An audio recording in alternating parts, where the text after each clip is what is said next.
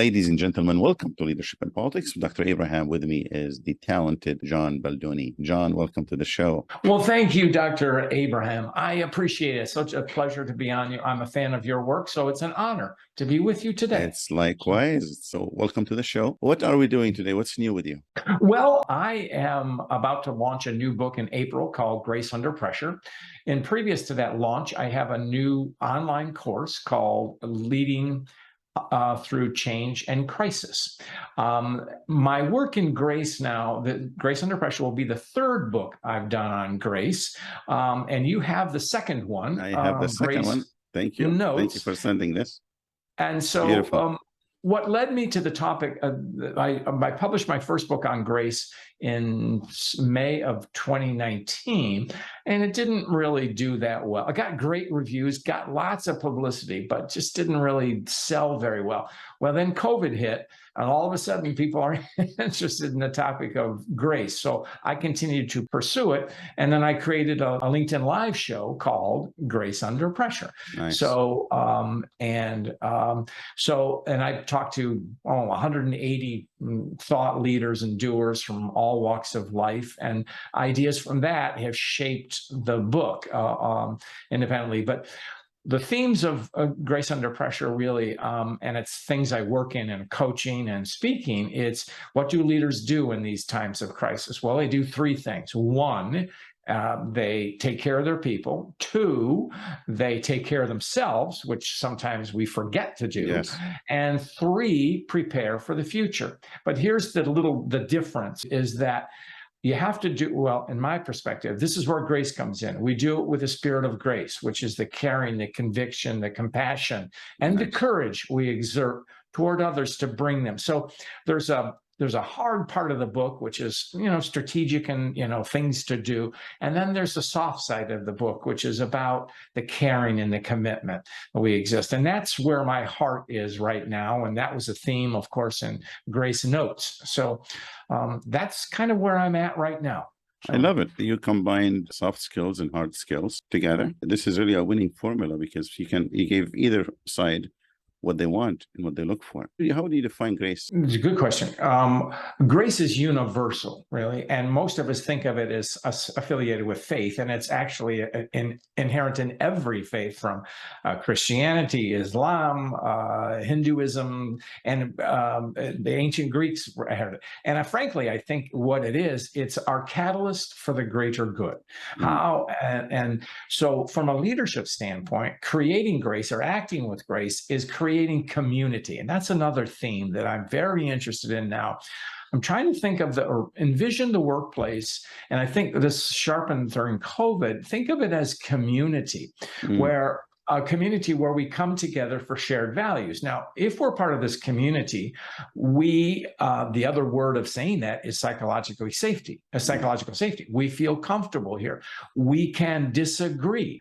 We're not all like-minded. We have our different points of view, but when push comes to shove, we come together for common cause and common purpose. Yes. So by thinking of a workplace as a community, it's a more holistic way of doing it and embraces people, and it's an action. It's a part of grace. So. What are the benefits of having a workplace as a community? We're talking like collaborative environment here.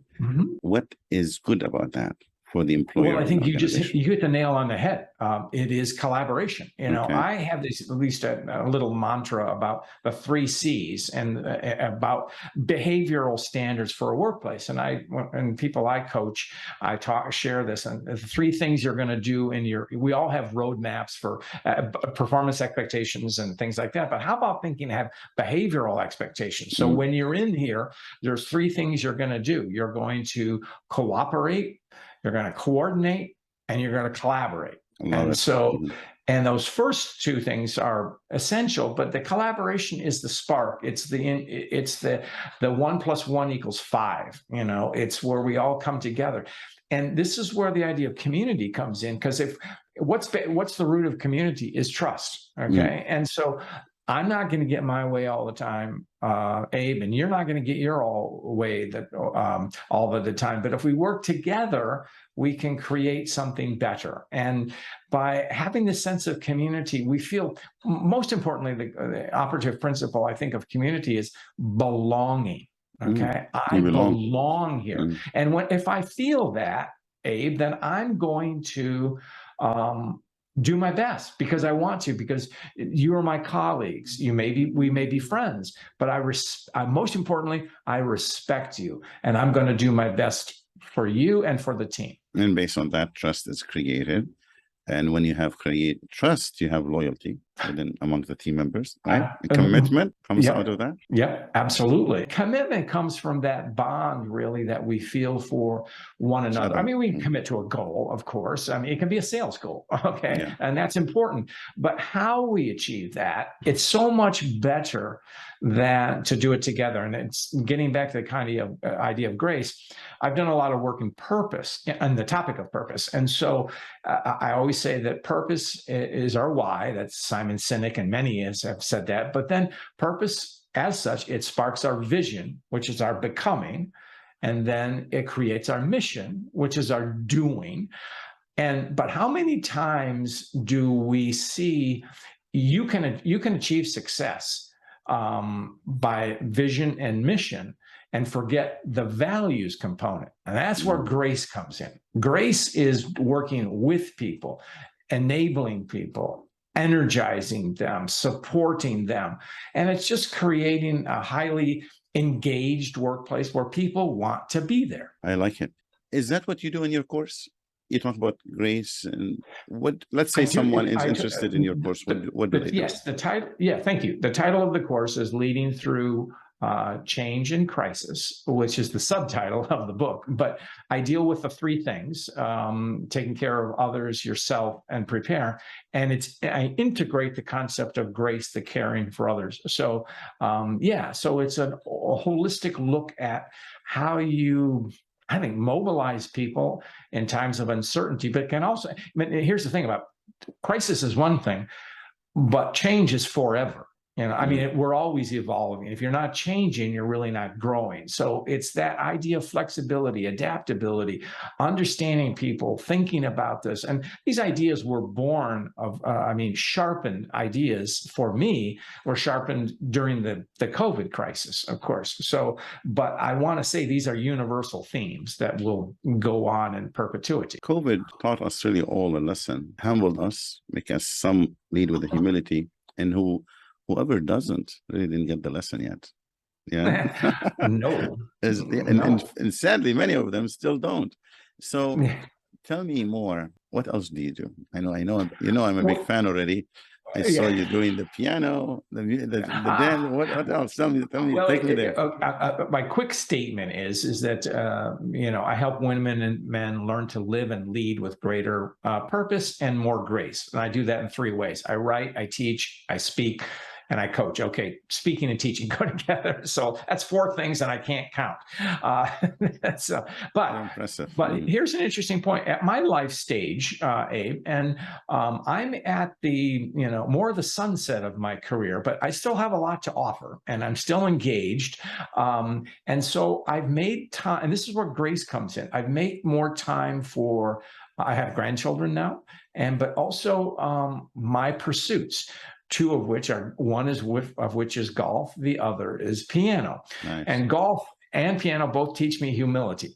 Now, the part about golf is I like the sport, I like to play it, but part of it, and this really came home to me in COVID, was about the only thing we could do with friends because we could be outside. And so I really learned the power of friendship in a non-crisis manner. It was how important it was to be bonded, to be connected. And, sometimes, Abe, we men have an issue connecting with our brethren, and golf is a way to do it. And there's other ways, of course, but for me. Now, piano is it's a long, I learned piano as a child, and not very well. You play well, though. Well, thank you. But I went back to it. And this is the thing, this is important, I think, was a friend of mine did it. He said he played stringed instruments and things, and he went back to banjo at age 65. Wow. And he knew I played piano. And he said, John, you have to go back to piano. And so I did. And so ever since then, it's been about 9 years, because I'll be almost 70. So I am 70, or will be 70. So I've been playing theoretically every day for the last 10 years or 9 years. Do you sing as well? Do you sing sometimes? I don't. No, I don't sing. So first of all, I'm not, my voice doesn't support that. But second of all, I'm not coordinated enough to sing and play. Everything takes practice, but the fact is you're able to play, and you put those on social media, and a few minutes of joy, when somebody's love music and listen to you. So continue doing this beautiful thing. Well, thank you. And here's something else about it, where I have integrated music into some programs of mine, and so far only virtually. But here's the thing: if I talk about the concept of grace or notes, I will pitch a topic and throw out a reflection question, a rhetorical question, think about X, and then I'll play a little melody, and it's almost magical. Beautiful. People, that music speaks to us on a different plane, and it takes us to a different way of thinking. Dimension. And so there's that connection there. So yeah, there's dimension and the connection. And if you love music and you listen to it, it really relaxes you, make you think. Take you into a different dimension that depends on what you're listening to as well. Yeah, I'm glad to hear that, and glad to see you. Where can people find you? Grace Under Pressure is coming up April 23. 2023. The course is out there now, and all of this material is on my website. I also have a blog site, which is johnbaldoni.com. And there's a ton of videos, past essays and things. And I have the John Baldoni library. All my Harvard Business Review articles are there, some 200 of them, and plus 150 coaching videos. And so they're open access. John, thank you for coming. It's wonderful to have you. Dr. Abe, it's an honor to speak with you, and thank you. You're most welcome.